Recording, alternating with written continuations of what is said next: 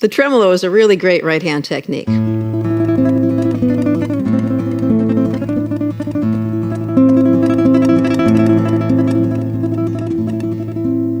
You have to have pretty much all the rest of your technique down really well in order to get a smooth tremolo and to have control over it.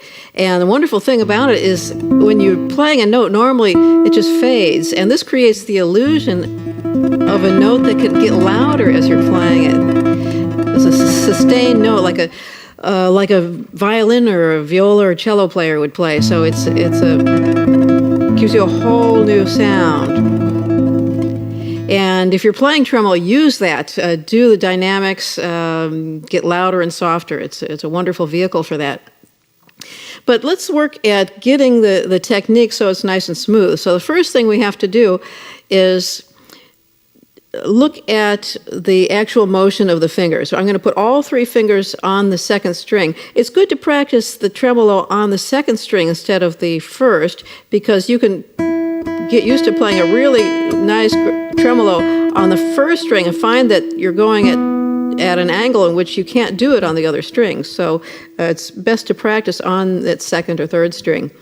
So what I'm doing is first ring, middle, and then index, all on the same string. The thumb gets to play any of these strings it wants. So let's put the thumb on the third string, arbitrarily, and then ring, middle, index on that. So the first thing we want to do is make sure that the tone is really nice. So you have to work on getting that tone and the relaxed fingers that are going to snap back to place, because you don't want your fingers to end up there. That's not going to give them enough time to come back to place. And then we have to make sure that the volume is the same. So you might, if one finger is always louder than the others, you might want to work on accenting the other fingers. Or you might want to work on accenting one of every 3 fingers. 1, 2, 3, 1, 2, 3, 1, 2, 3, 1, 2, 3. That way the accent is on a different finger every time, and you practice being able to accent any finger at will. And the other important thing is that the timing be precise between these notes. So you're not doing one note quicker than the others. And we'll work on that in a different way. We're going to practice every other note really fast and then have plenty of time in between the other two. So I'm playing these two, the thumb and the ring, as fast as I can, then take plenty of time, then play the middle and index as fast as I can. So I'm getting almost a dotted pattern. So I've got da-da, da-da, da-da, da-da, da-da, da-da. And by doing that, I can listen to the tone and make sure that there's not a break in between these two fingers. And I don't want to come to this too soon so that stops it from ringing.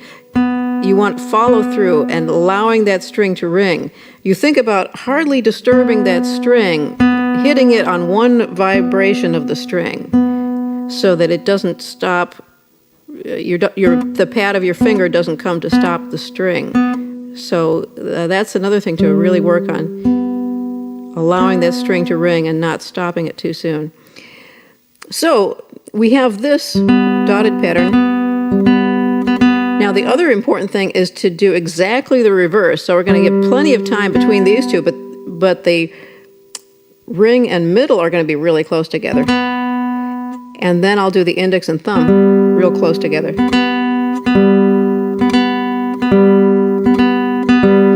So I've just practiced playing these two really close together, this pair, and then I stop and I practice playing these two really close together. So in theory, I should be able to play all four really close together. A great way to break your practice time exactly in half.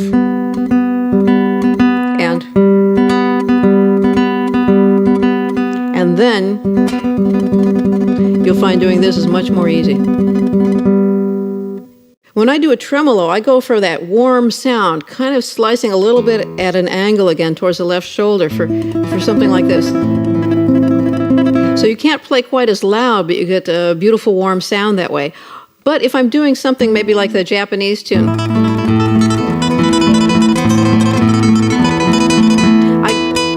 I go more straight up and down to get a brighter sound on that. That gets more of the koto effect. So for that Japanese song, I go for more of a straight-on, bright sound with a nail as opposed to the warm sound where I slice to the side just a little bit for the recuerdos.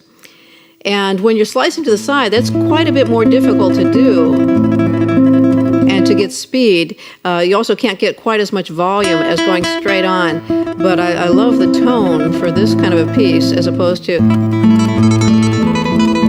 the brighter sound for the Japanese tune.